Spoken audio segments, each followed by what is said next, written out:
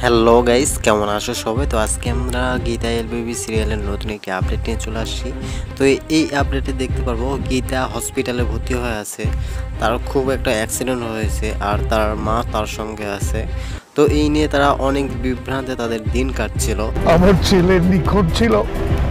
এইদিকে আবার ওনার ছেলে নিখোঁজ, সব মিলিয়ে একটা ভেবা চাকা খেয়েছে এখানে। তো তার ছেলে যেহেতু নিখোঁজ, সে তো আর বসে থাকবে না, সেও তার ছেলেকে খোঁজাখুঁজির জন্য অনেক দৌড়ঝাঁপ করেছে এবং তার ছেলেকে হয়তো অবশেষে খুঁজে পায়নি।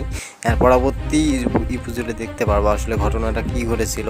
তো তারপর এদিকে তাদের যে আত্মীয় স্বজনরা আছে তাকে দেখার জন্য হসপিটালে চলে আসে গীতাকে, যে তার অবস্থা এতটাই খারাপ যে সে উঠতে পারতেছে না, প্লাস সে বলতেছে যে আমি যদি মারা যাই তাহলে তুমি আমাকে ক্ষমা করে দিও। তো এইসব কথা শোনার পর সবাই একটা এক্সাইটেড হবে, সে মা হিসাবে তাকে সান্ত্বনা দিচ্ছিল।